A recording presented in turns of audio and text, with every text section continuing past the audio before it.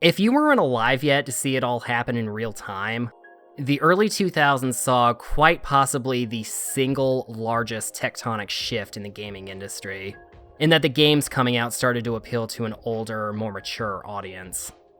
I think I speak for quite a few of us when I say that gamers that grew up in the early to mid-90s were beginning to go through their edgy phase, and their taste in games was starting to change. They were starting to crave edgier content, or as edgy as the early 2000s would allow. It really was the perfect storm. Just in the year 2001 alone saw the release of 2 games that changed the gaming landscape seemingly overnight. Bungie's Halo, and a little-known obscure title, you may have heard of it, called Grand Theft Auto 3. There were very few game developers that were as controversial, so few that were despised fiercely by parents, politicians, and parental watchdog groups than Rockstar were in the 2000s. But honestly, how much detail do I really need to get into for this? It's freaking Rockstar. They made headlines a million times for the shocking content seen in their games all throughout the early to mid-2000s. And that's just from the Grand Theft Auto series. Whether it be stealing cars, hiring and then murdering prostitutes, and generally causing mass mayhem, it was a bit of a shocking change in the kind of games coming from the developer behind games like Lemmings and Space Station Silicon Valley. Yeah, you remember that one? Because I do. But it was clear that Rockstar had a winning formula with GTA 3, and audiences ate it up.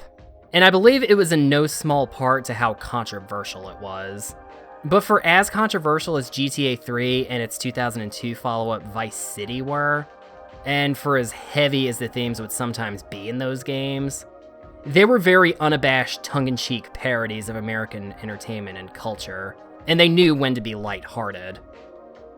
But there was another Rockstar series that, while nowhere near as popular as the GTA series, would cause controversy of its own in its heyday. But what I find more fascinating, this series would be Rockstar's foray into the horror genre of all things. And if you've been on this channel long enough, you know I love me a good horror series. And I also love me a good forgotten or overlooked series. And you've clicked on this video, so you already know I'm talking about the Manhunt series. After 2 wildly successful and wildly controversial GTA games, it seemed like Rockstar North crafted Manhunt with the express purpose of seeing just how far they could push the boundaries of good taste. In other words, to see just what exactly they could get away with. Politicians and parental watchdog groups would throw around the phrase murder simulator, among other things, when talking about GTA, despite the actual murder being largely optional in those games. So to see Rockstar create a game where the whole point is to kill people in more and more over-the-top ways is pretty funny to me, personally. It's kind of like it was their way of saying, oh, you want to see a murder simulator? We'll give you a murder simulator. But I'm getting a bit ahead of myself here. And with that, enough preamble. Let's take some time to pay our respects to Rockstar's stealth horror murder simulator today in the franchise graveyard.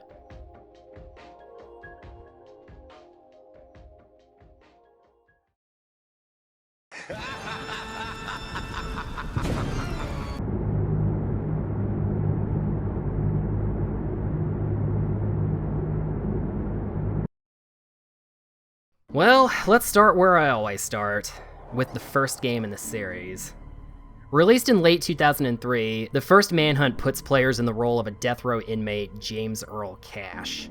Why he's in death row is never outright stated, but it doesn't seem to matter because we first join him just as he's being executed by lethal injection.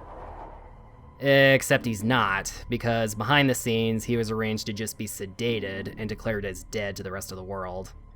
But to what end exactly? Well, your mysterious savior is a man by the name of Starkweather, who, by the way, is voiced by Brian Cox, if you didn't know. The first actor to ever play Hannibal Lecter. He's given Cash a second chance at life, but the catch is that he has to sneak his way through the dilapidated streets of Carcer City, a half-abandoned Rust Belt city crawling with patrolling gangs who have been hired to hunt you down. The beginning of the game doesn't outright tell you this, but Starkweather is a disgraced Hollywood director and is now the director of an underground snuff film ring. He's busted out cash for him to be the star of his newest snuff film, and in order to survive, it's kill or be killed. Starkweather has cameras on you at all times and can see your every move, and he wants a show.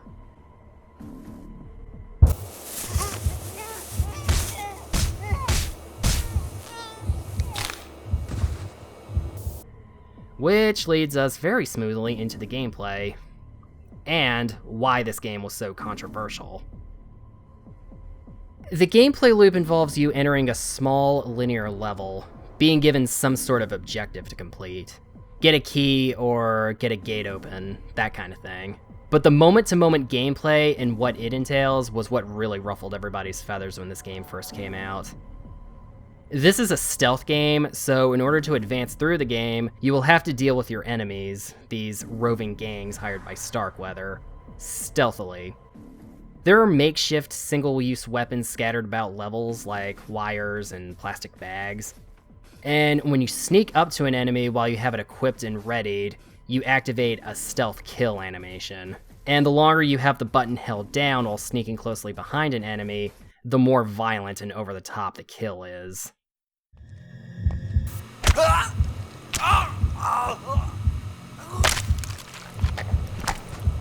Yeah, I think now you can start to see why this game pissed a lot of people off back in the day. Now granted, this may not be much to look at now, what with the chunky character models, but the violence is very in-your-face and imitable. You're not blowing up cop cars with rocket launchers in this game. You're stabbing people, you're suffocating people, and you're jamming crowbars into their spines. Ah! My spine! Well, the game does it for you, but you know what I mean. There are a total of 3 execution styles you can perform, depending on what color the lock-on arrows are when you release the button. White for hasty, which is a quick kill, yellow for a slightly more violent kill, and red for the most elaborate, gruesome kill you can perform with that weapon. And if that enemy happens to be carrying a weapon, you can actually pick it up for yourself, which in turn will have its own execution animations you can activate. Granted, many of the hunters will be carrying the same kinds of weapons, and since weapons don't degrade or anything, you can usually just pick one up and be good with it for the whole level. And if you get caught by an enemy, you can usually just run away and hide in some very obvious dark areas. You can tell you're hidden when your icon on the lower right turns blue. As long as you're inside of a pocket of shadow, you might as well not even exist to them. There is an actual combat system in the game in case you get caught or can't hide anywhere, but the game makes it very clear very quickly that fighting an enemy head-on is not always the best option. The game illustrates this by the fact that the hand-to-hand combat is clunky and kinda shit. And getting caught by more than one hunter all but assures a quick and painful death. So stealth really is your best option here. A good chunk of the game is spent waiting for the right time to kill, so if you suck at stealth games, you'll be waiting a little bit for enemies to give up hunting you. There's quite a bit of waiting you'll have to do, and Starkweather can get impatient if you take too long. We haven't got all night. Get out there and start killing! You don't just have to stay out of an enemy's sight, you also have to take into account how much noise you're making. Running is obviously going to play a part in how much noise you're making, but also things you probably wouldn't think about, such as the type of terrain you're walking on, or knocking things over, are going to draw an enemy's attention to you. I can't tell you how many times I was trying to sneak up to an enemy only for them to hear me because I was walking towards them on grass. Luckily, you do get this handy little radar on the lower left to tell you how much noise you're making, and who all in the immediate vicinity can hear it. But you can also use noise to your advantage, such as knocking on a wall you're standing behind to draw an enemy's attention towards you. If you want to add a little more immersion to your playthrough, the original PS2 and Xbox versions of this game are compatible with those consoles' headset microphones. Any noise that you make will get picked up by the microphone, so you either have to avoid making any physical noise or use it to your advantage to draw out enemy attention. I don't personally have any experience with it, but I did see my brother use it once or twice when I watched him play it back in the day.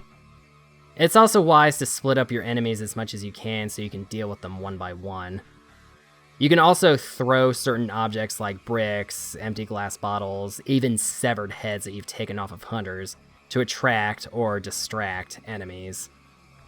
Though the way I played the game, I made the effort to actually take out everybody, but there was a time or two where I was able to just run to the exit and clear the chapter that way.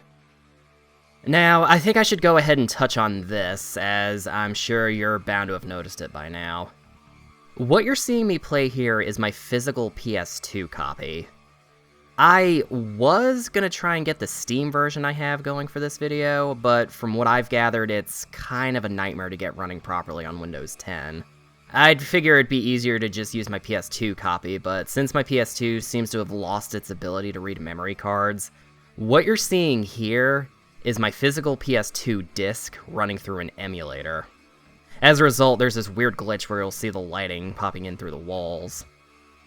I, for the life of me, could not figure out how to fix this. So, sorry if this is annoying, it definitely was for me. Speaking of graphics, why don't we talk a little about the aesthetics?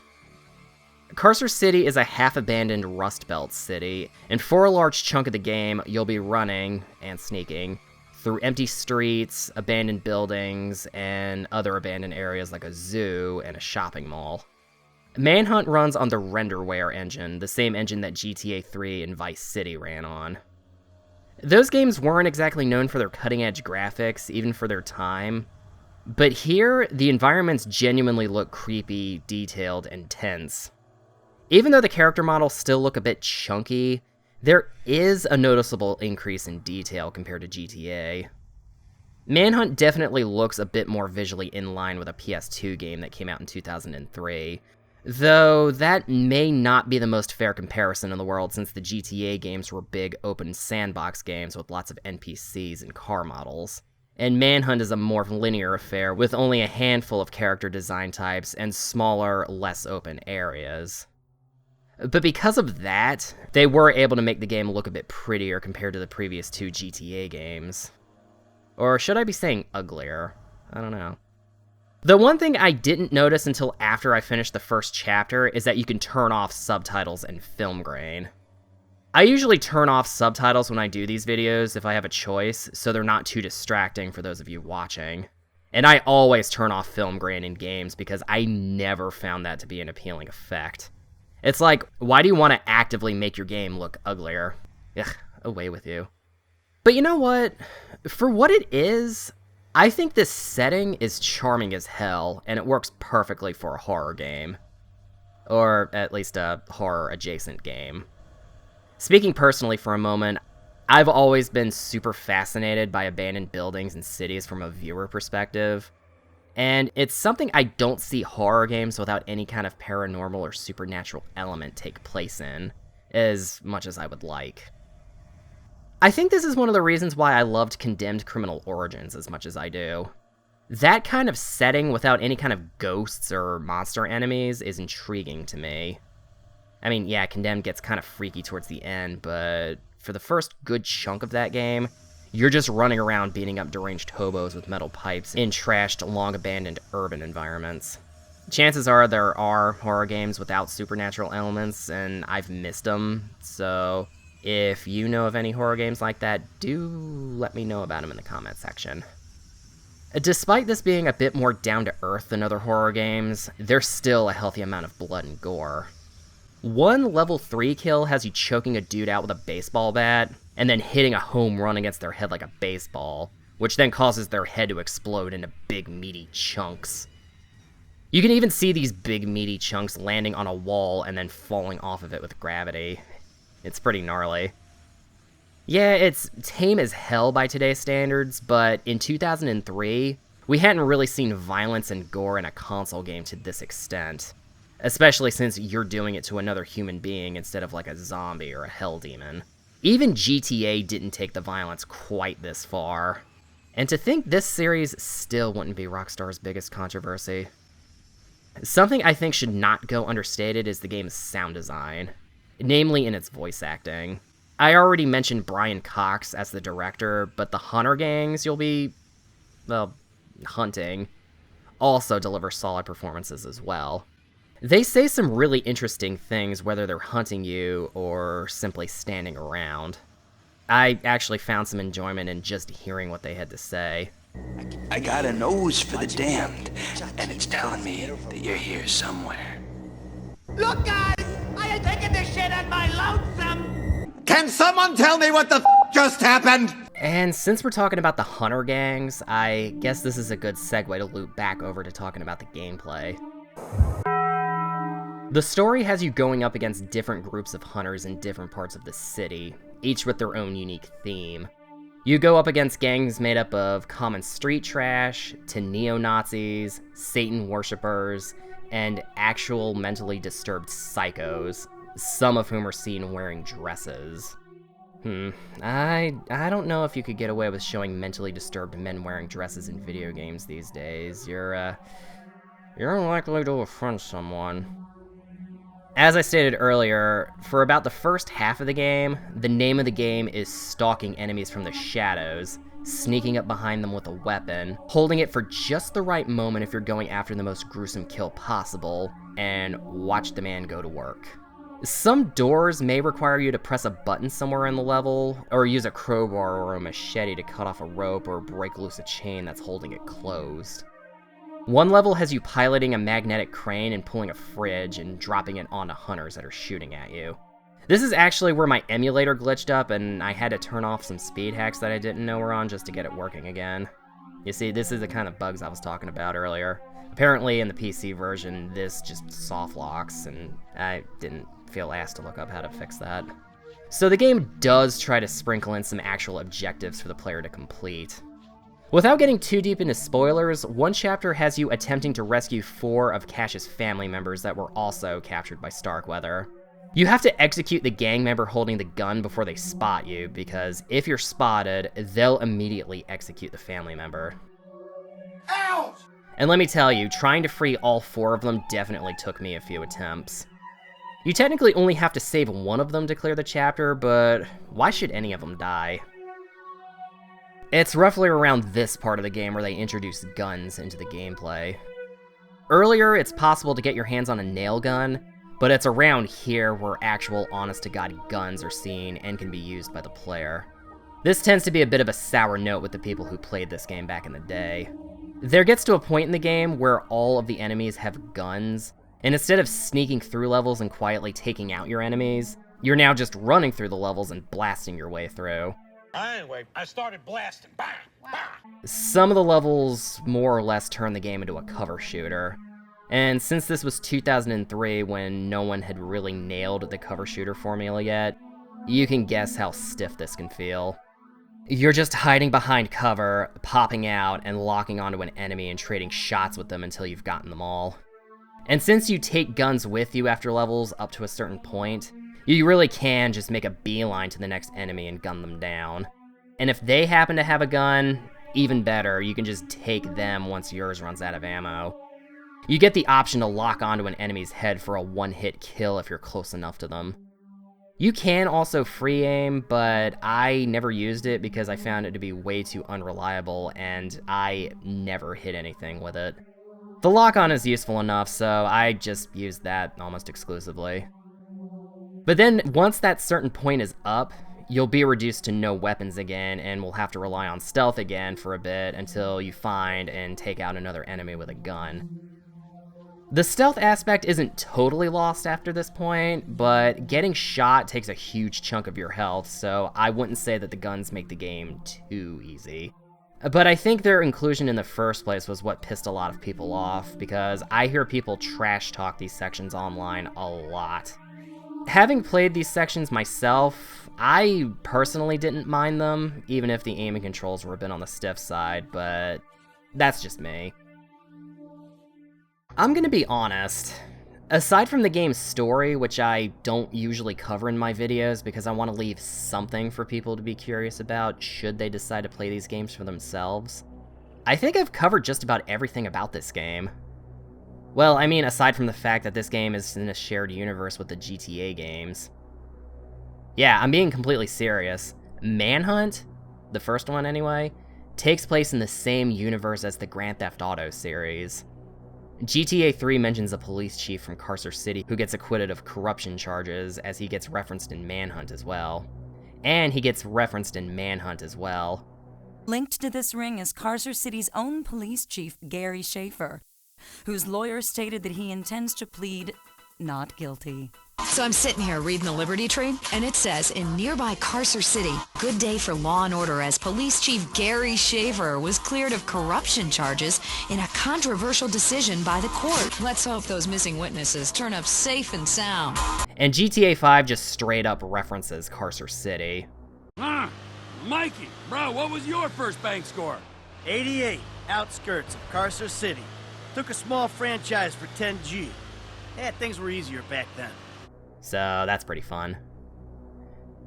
But yeah, I think that's all I really have to say about the First Manhunt. It's a very what you see is what you get kind of game, and I don't really have much I can add to what I've already said in this video. If I had any complaints about this first game, is that the checkpoints can be a bit far apart from each other at times. And the shooting feels kind of stiff, but again, this is a game from 2003, so I can't be that hard on it for that. Oh, and I think it could have benefited from actual camera control on the right stick. Instead, you just pop into a first-person view no matter where you move the right stick, and immediately pop out of it if you start moving. I don't know, I feel like they could have done that a little differently. But hey, I still personally had a good time with this game. The atmosphere is very tense, the area designs look great, and I would personally love to see more like it in horror games. And the gangs were all really interesting and had great designs too. I would have liked to seen the game go a little bit deeper with its world building, but I guess what we got in that department is good enough. It really is just there to be a backdrop for the gameplay. And that's all I think the developers ever meant for it to be. And don't mind me, this is just someone with a deep fascination for abandoned areas talking. It absolutely does not detract from the overall experience. At least for me, it didn't.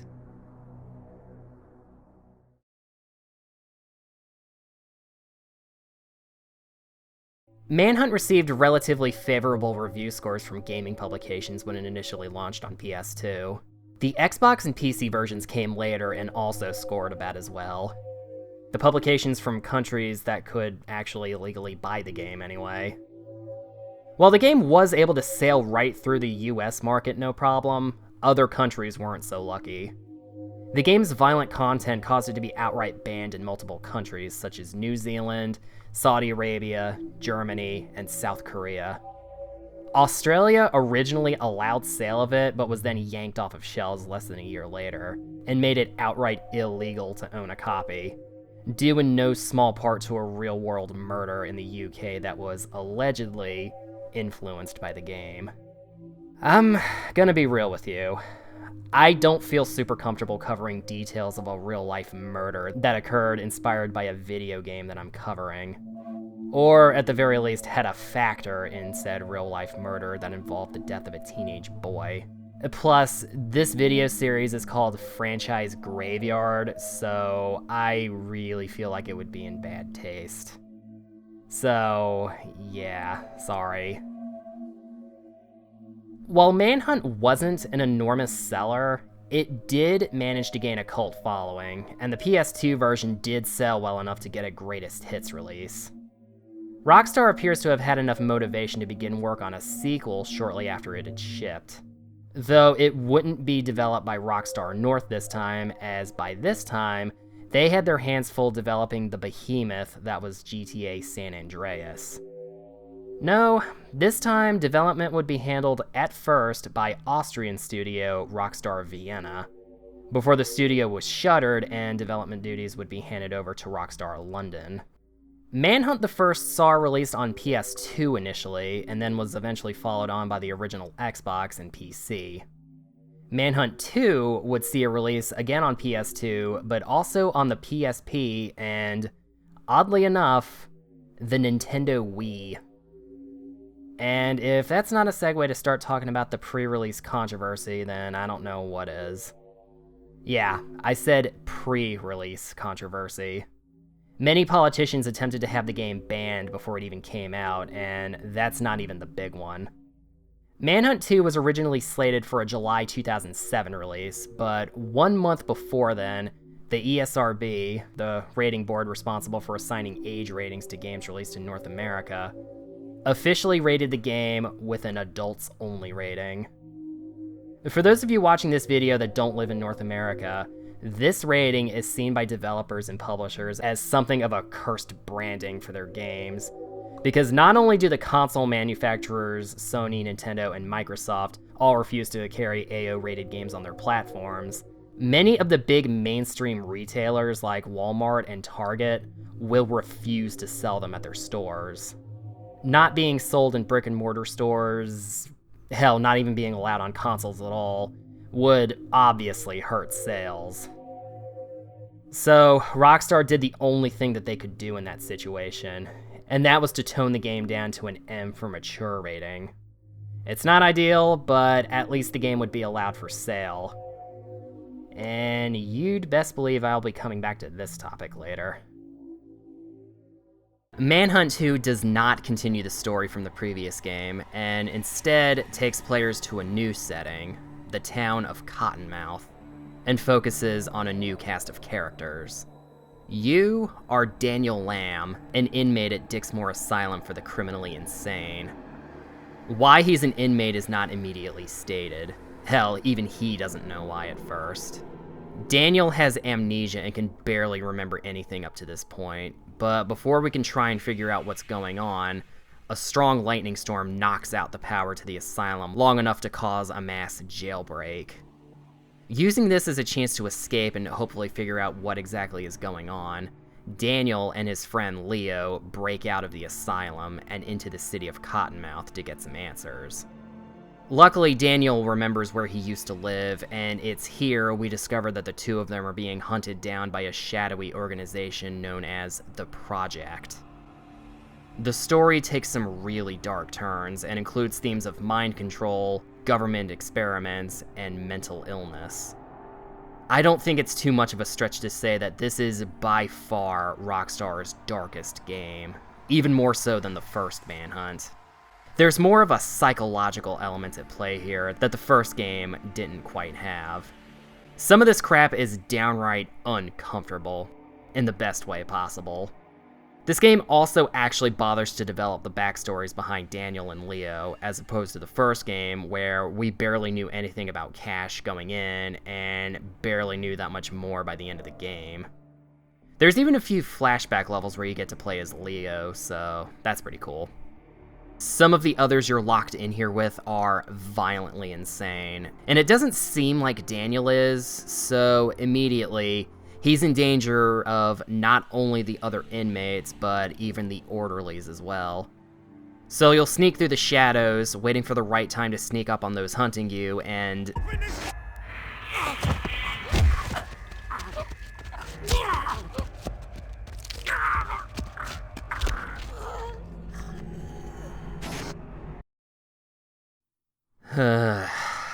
oh boy.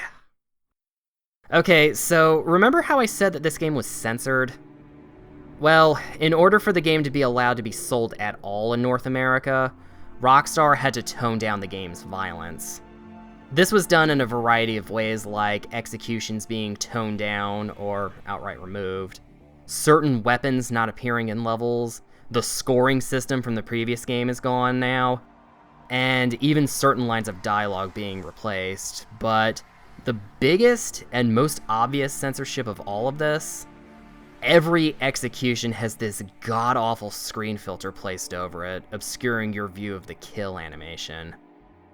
Like, you're seeing this, right? Who the hell thought this was acceptable? There had to have been a better way to censor whatever they needed to and not blind the player or give them a seizure in the process. This just seems like Rockstar taking the piss.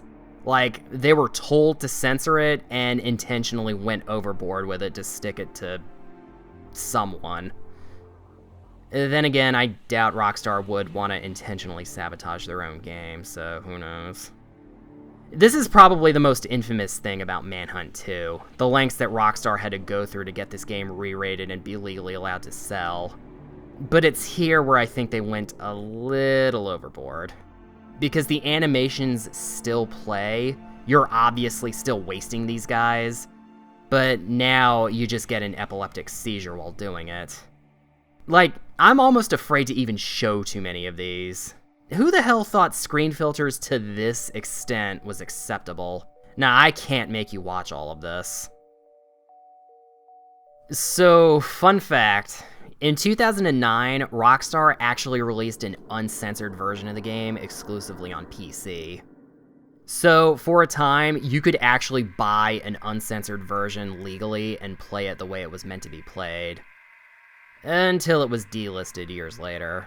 Now you can't buy it anymore. Not even through the Rockstar Social Club, their own proprietary PC game storefront. Which is weird as hell because they still advertise the AO-rated version on their website, they just refuse to sell it anywhere. It's one of Rockstar's most questionable decisions, right up there with them never making a PC version of the first Red Dead Redemption. But here's the thing. That PC version is still floating around on the internet. And that's when I got to thinking, is there a way I could obtain it and actually have it run okay on my Windows 10 PC? And as it turns out, the answer to both of those questions was yes. Not only was I able to find a copy, but it runs surprisingly well on Windows 10 with minimal tinkering I had to do under the hood. I did modify some stuff to remove the red filters that show up during the executions, but that was all I had to do. So for this video, I decided to use this lost PC version for the best possible quality, and for the uncensored executions. Oh god, I hope this doesn't get my video TOS cucked. One area where Manhunt 2 deviates from the first game is that the town you're in isn't abandoned or falling apart like Carcer City. Cottonmouth is actually pretty well populated, and you're even tasked with going inside of a few buildings and areas with ordinary people in them. Or maybe not so ordinary, as you'll come to find. Everywhere you go, it seems like damn near everyone is trying to kill you. From gangs and bounty hunters, the project has hired all sorts to hunt you down. Although there are some civilians that want none of what's going on and will actually run away from you. One thing I definitely was not expecting to see from this game was just how horny it gets at times. Like, for real, not only is one of the very first areas in the game this weird S&M porn dungeon, but you also go into a brothel at one point, a sex toy store, and you even have a shootout in a porno theater. There's a chunk of the game that takes place in the town's red light district, so that's where you'll see all of this occur. One of the weapons that got cut even from the PC version is a vibrator. There's actually video of Daniel performing executions with a vibrator floating around on YouTube. Yeah, I think Rockstar made this game with the express purpose of seeing just how much crap they could get away with. Not a whole lot, I guess, if this execution was cut. Well, that and all the other executions being censored. Oh, wow, I haven't even talked about gameplay yet, have I? Well, since the gameplay doesn't stray super far from the original, I don't think this section's going to be very long. For the first quarter or so of the game, it sticks pretty closely to what made the first Manhunt so memorable. Hiding in the shadows and turning the hunter into the hunted. Darkness is still your best friend, and this time you can even smash out certain light sources for extra coverage. The stealth mechanic is still pretty basic, but now sometimes you'll have to perform some kind of minigame to prevent yourself from getting caught. On PS2, you just hit a button, but on PC, you have to move your mouse cursor along with a circle on the screen without going out of it to avoid getting caught. I didn't play the Wii version, but I imagine it's kind of the same thing there. Oh, and also the PC version has interactive executions. I want to say this was a holdover from the Wii version, but the PC version has an option to where you move the mouse in a certain direction in order to perform the executions. I turned these off though because I wanted to admire the animations, and trying to move the mouse during these scenes would have been too distracting. And admire the animations I did because, oh boy, some of these are downright gnarly. Well, gnarly by 2007 standards anyway. Only in the PC version can you rip off a guy's testicles with a pair of pliers.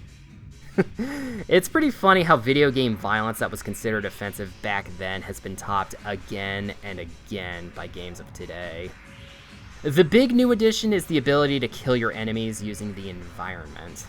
Smash their heads against toilets, hang them from meat hooks, or throw them into Iron Maidens, just to name a few. These environmental kill opportunities are marked as white skulls on your minimap. You can even execute enemies from high vantage points, and even stealth kill with guns, which I don't think I got any footage for because I just found it easier to shoot them dead normally. Though, I'll be honest, I kinda didn't bother with a ton of these environmental kills. Either because I wasn't able to activate them correctly, or because I got impatient and just stealth killed them normally. But those chances are there for you to seize. Like, I tried to get this one machine kill to work, and I just couldn't, so I didn't really bother with it. Normal stealth kills work just as well, and even regular melee combat doesn't feel as stiff and janky this time around. Like, in a one-on-one fight, melee is actually pretty viable. Not that you'd want this to be your only strategy, but it works in a pinch. Come to think of it, the game as a whole felt a bit easier than the first. I played this on the game's Sane difficulty, which I thought was the normal difficulty, but honestly, this might be the easy mode because I didn't have too much trouble getting through it. I think literally the only hard part was the very last level, for obvious reasons. I didn't get quite the same challenge here that the first game gave me, though that's for another reason I'll get into later. Though, one thing I couldn't help but notice is just how zoomed in the camera is. Manhunt 1 always gave you a good view of your surroundings at all times, but Manhunt 2's camera is zoomed in super close to you, and I had a hard time viewing my surroundings at times. I know there's a widescreen fan patch floating around out there, but by default, this camera is simply too close to you. The game could have worked if it had Manhunt 1's field of vision, or even an FOV slider or something. It just feels like a downgrade from the first game. This is made even worse by the fact that Manhunt 2 incorporates the dreaded shaky cam when you start sprinting. And I'm not gonna lie, I started to feel a touch nauseous playing this at times. Speaking of the camera, the game does not have any option to rotate the camera vertically, only horizontally. I don't think I need to tell you how that can become an issue, especially with the increased verticality some of the stages have. And also, the first-person mode doesn't allow you to spin yourself all the way around. You can only do the direction you're facing up to a certain point, like in boring real life. An FOV slider definitely would have come in handy during the game's copious amounts of shooting segments. Yeah, shooting segments are back, and this time it seems like they take up more of the screen time than they did in the first game. This is the other reason why I thought the game felt a lot easier than the first. There just seems to be way more shooting in this game compared to the first, and it feels like it shows up a hell of a lot earlier in Manhunt 2. And guns kinda make the game sort of a breeze. Some of the flashback levels with Leo even have you sniping enemies on the roofs of buildings. But how does the actual shooting feel in this game? Well, your mileage may vary, but I honestly found it to be quite a bit smoother than in Manhunt 1. Though that might be because I played this game with a mouse and keyboard. The aiming does a better job of communicating to you when you're going to hit what you're aiming at. Which is good because, again, you're going to be doing a lot more of it here. On one hand, it felt like I was doing more shooting in this game than sneaking, but on the other hand, since these shooting segments went by so fast, maybe it really is about equal. Whole levels have you running and gunning, especially some of the ones with Leo, so that's probably why I feel like there's more shooting here. That's not to downplay the quality of the shooting, though. As I stated earlier, it actually feels pretty good now and nowhere near as stiff. And, dare I say it, it's actually pretty fun. What I can say is that it got to a point where it didn't feel quite like I was playing a Manhunt game anymore. There's all these brutal kill animations at the start of the game, but by the second half, it felt like that aspect of the game started to peter out. There are still a few, they're not gone entirely, but they're often outweighed by the shooting segments. Aesthetically speaking, Manhunt 2 is a definite upgrade from Manhunt 1, as you might expect. It was a late-era PS2 game, so it's definitely a lot more detailed, especially in the character designs. They're still pretty chunky looking, but there's a definite increase in detail to them, especially in the facial animations. By which I mean, they actually exist. But there was the odd time where a character would talk and their face would remain totally static. Can I help you? I'm looking for Judy. I didn't spend a lot of time with the PS2 version, but from what I saw, I was genuinely surprised with how nice it looked. It's blurrier than the PC version, as you might expect, but for the hardware it's running on, it's a looker. The environments are once again the stars of the show, in my opinion. Cottonmouth's not dilapidated, but it's very seedy and a bit degraded. Not a place you'd want to be after the streetlights come on. Though the PC version does look the sharpest, I think that also comes at a cost. Since this was a PS2 game sharpened and scaled up for PCs, it has this odd graininess to it. I'm not great with technical terms, so I don't know how else to describe it. It's like the pixels are stretched out or something. I don't know, but you can kinda tell by looking at it, can't you? It might have looked better if I was playing it on a CRT monitor instead of in 1920 by 1080. And I could be wrong, but I want to say that this version ran at 60 frames per second. But because one of the complaints I saw online was that this game was locked at 30 and was only capable of 60 with a fan patch, I don't want to say for certain. Again, I'm the idiot who thought that Resistance Fall of Man on PS3 was running at 60 frames per second, so maybe I ought to keep my mouth shut about frame rates, huh? Manhunt 2 is on average about 2 hours shorter than Manhunt 1. Like, you can play through this game and have it finished in a weekend.